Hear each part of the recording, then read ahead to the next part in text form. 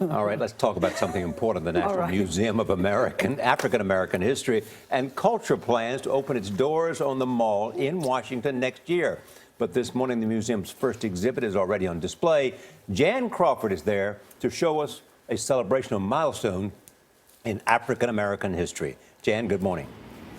Well, good morning, Charlie. You know, the exhibit was unveiled last night, and even though the museum isn't finished and not open to the public yet, the crowd still came out to see the newest Smithsonian become a beautiful backdrop.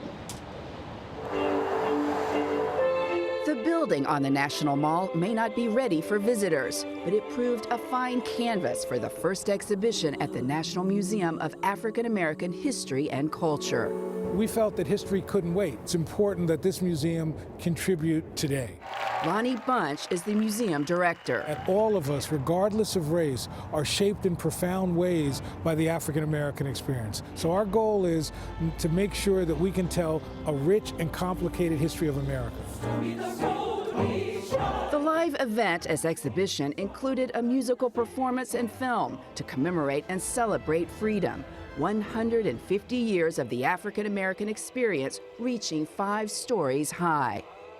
Documentary filmmaker Stanley Nelson produced the display with his wife, Marcia Smith. I think, the message hopefully is inspiring, that African American history is all of our history, but that it's an inspiring history. It's a history that has ups, it's a history that has downs, but, when you take it all together, it tells an incredible story of an American people.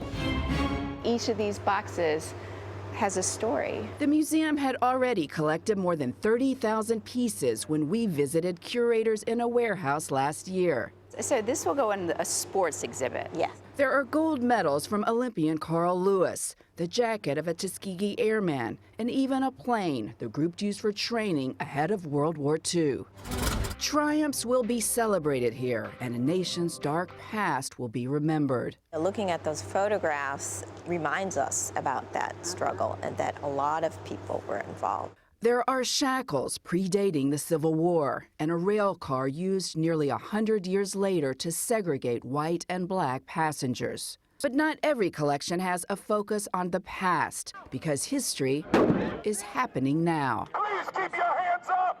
Museum curators were in Baltimore to document this year's riots following the death of Freddie Gray while in police custody. Amazing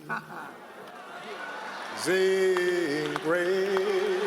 They were in Charleston, too, after a beloved pastor and his Bible study group, all African Americans, were murdered in their house of worship. Part of the goal of the museum is to be as much about today and tomorrow as it is about yesterday. The film concludes with images of the Black Lives Matter movement, a timely effort by the museum to become a relevant voice on race before the building officially opens its doors. Our goal is really to make sure that this museum is of value, not just by the value of the traditional ways of collecting stuff and preserving, but also by being of value to help people have the tools to live their lives today. Now, the video display to commemorate and celebrate freedom will continue to show on the museum's exterior tonight and tomorrow. Gail? All right, Jan, I can't wait. Yeah. I can't wait. It opens officially next September. Then I've seen some of the artifacts that are going inside. It gives you chills when you see the history. And not only history, but also a place where there can be smart conversations about race in America. Absolutely right. A very prominent position. That's nice. Thank you, Jan.